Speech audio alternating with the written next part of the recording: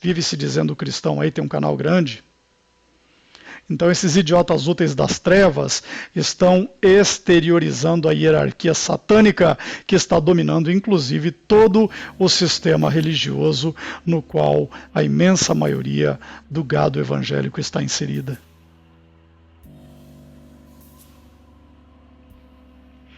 A nova ordem mundial, seja da ficção de H.G. Wells, ou seja do 1984, né, como é o nome daquele cara, George Orwell, ou seja, na literatura de Aldous Huxley, tudo contempla a doutrina luciferiana. E eles já disseram que eles vão transformar a sociedade numa sociedade luciferiana. Aldous Huxley escreveu quando? Na década de 30, 20, 40, sei lá. E todos eles, e Aldous Huxley, por exemplo, fez experimentos abrindo as portas da percepção, né, com drogas e tudo mais, e alucinógenos. E através de tudo isso, eles vão doutrinando cada vez mais a sociedade a aceitarem esse picareta aí. Então, amiguinhos, quando nós não estamos atentos, quando nós não aceitamos a verdade bíblica, nós estamos nas garras de Satanás e sua quadrilha de anjos caídos. O que é a verdade que verdadeiramente liberta? João 8,32. E conhecereis a verdade vos libertará. Amiguinho, apenas entender as farsas e continuar caindo e continuar preso às armadilhas do sistema, seja através do sistema evangélico que aí está dominado por maçons, ou seja, caindo nas armadilhas da New Age e da doutrina luciferiana disfarçada, enquanto você continuar preso a essas armadilhas, você não vai entender o que Jesus quis verdadeiramente dizer lá em João 14,6. Eu sou o caminho, a verdade e a vida. Ninguém vem ao Pai senão por mim. Essa é a grande verdade que liberta. Se você não tiver essa compreensão clara no seu coração, você vai continuar caindo nas armadilhas do inimigo. Você vai continuar achando que está acordado porque você já descobriu que a Terra é plana, ou porque você descobriu que estão pulverizando chemtrails na sua cabeça, ou porque você descobriu que os Nefilins já existiram no passado, ou porque você descobriu que a política é dominada pela dialética hegeliana e daí por diante. Então, a toca desse coelhão aí da Matrix é muito mais profunda. E este é o propósito desse vídeo. Mostrar que, além desses tolos que são declaradamente ou não declaradamente, né? Alguns, né? Como esse fulano aqui do final, que inclusive me mandou pro inferno, né? Esse sujeito aqui, eu já sentei o porrete nele no outro vídeo e postei o vídeo lá no comentário dele para ele assistir ao meu vídeo. Então, ele defendeu Aleister Crowley, né? A besta. E eu fiz um vídeo especificamente sentando o porrete nesse camaradinho aqui e postei lá embaixo no comentário dele. Ele viu o vídeo e voltou e me mandou pro inferno. Então, seu fulaninho, quem vai tostar na chapa do capeta se você não tomar cuidado, não sou eu não, mano. Então, há muitas pessoas que estão deliberadamente aceitando o satanismo e o luciferianismo, e há muitos que, pelo ceticismo tolo e desenfreado, e por ignorarem deliberadamente a existência de uma de um mundo espiritual e de uma guerra espiritual, né? Quando o sujeito fala, demônio não existe, isso é coisa desses crentes, e daí por diante, né? E joga e mistura tudo no mesmo balaio, né? O cara acha que um verdadeiro cristão é o crentão frequentador de igreja que dá o seu suado dinheirinho para sustentar pastores maçons, né? O cara acha que cristão é isso. E não é. Então, vamos ver o que pensam esses que acreditam que são satanistas e luciferianos convictos. Prestem atenção e ouçam comigo apenas um trechinho aqui e eu vou tomar uma aguinha e já volto. Lúcifer é o guardião da sabedoria, é o maestro, né, o professor da ciência do bem e do mal. Vamos repetir, Lúcifer é o guardião da sabedoria, né? É o maestro da ciência, o professor da ciência do bem e do mal. Jamais a consciência em nós seria despertada se não fosse essa bipolaridade aqui, da relatividade. Só existe o bem, que está aqui, se estiver do outro lado, o mal. Então, o que seria o mal se não fosse o bem? Seria nada.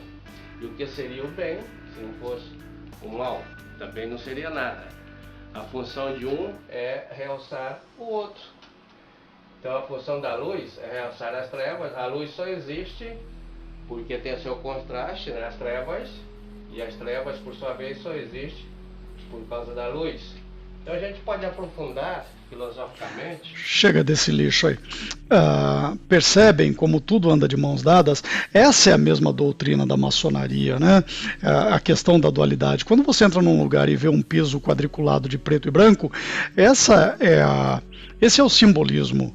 Essa é a compreensão por trás do simbolismo. Essa é a compreensão por trás do transgenerismo, inclusive, né? Lógico, é muito mais profundo que isso, mas todo esse conceito gnóstico luciferiano está por trás de todas essas agendas e essas farsas que nós vemos, todas essas que eu citei nesse vídeo, né?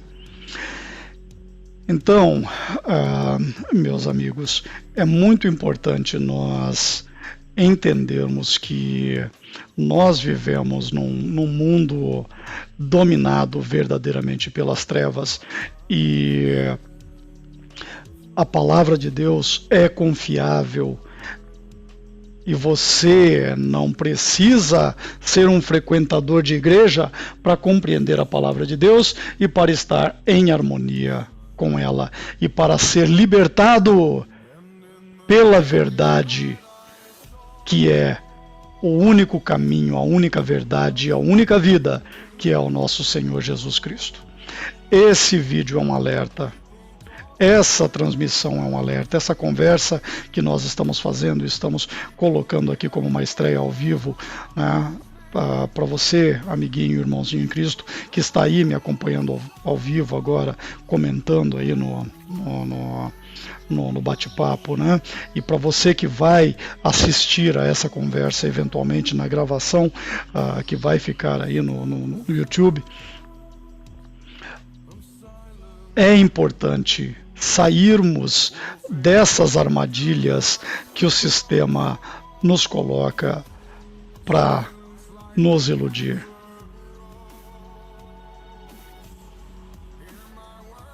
Eu sou o caminho e a verdade e a vida. Ninguém vem ao Pai senão por mim. Então, não existe salvação, não existe vida que valha a pena viver se não for conforme as premissas estabelecidas pelo nosso Senhor Jesus Cristo. Para começarmos a concluir essa nossa conversa, nós vemos o seguinte.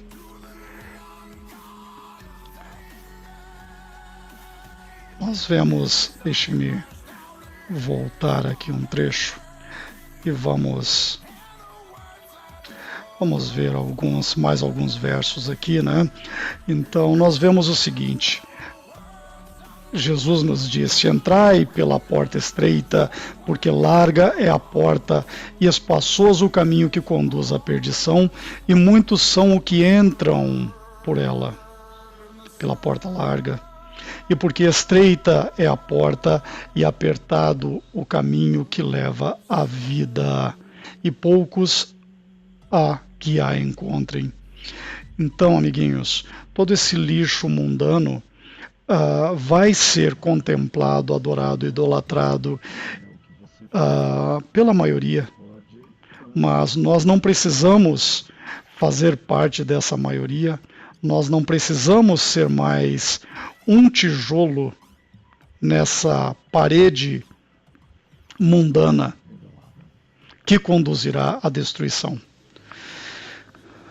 João 3, 6 e 7 diz o seguinte: o que é nascido da carne é carne, e o que é nascido do Espírito é Espírito.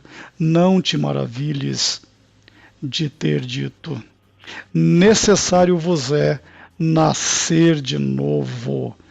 Você ou qualquer um de nós só conseguimos compreender verdadeiramente a palavra de Deus quando nós nascemos de novo.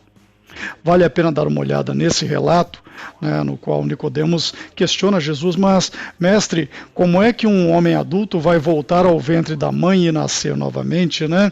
E Jesus dá todo um esclarecimento para ele lá. Vale a pena ir lá e dar uma olhada nesse relato. Nascer de novo significa tudo isso que nós estamos discutindo aqui nessa apresentação, nessa conversa. Significa enxergar as armadilhas, significa evitar as armadilhas, significa combater o inimigo da forma apropriada. E não como eu tentei combater lá, quando eu postei aquele vídeo que eu mostrei no início, né, da banda Gamma Ray, e fiz aqueles comentários, né, que nós temos que combater o sistema das trevas, combater os Illuminati, todo aquele lixo, né, aquela idiotice minha. Aquilo tá lá ainda no meu Facebook, eu nem entro no Facebook, né, mas tá lá ainda, fica ali como testemunho do meu crescimento enquanto um homem que busca seguir os passos do Senhor Jesus e que busca obedecer os mandamentos do Senhor Jesus e que busca estar em harmonia com a palavra de Deus. E que, mesmo se achando acordado, era um tolo e sem se dar conta de que era um tolo, né?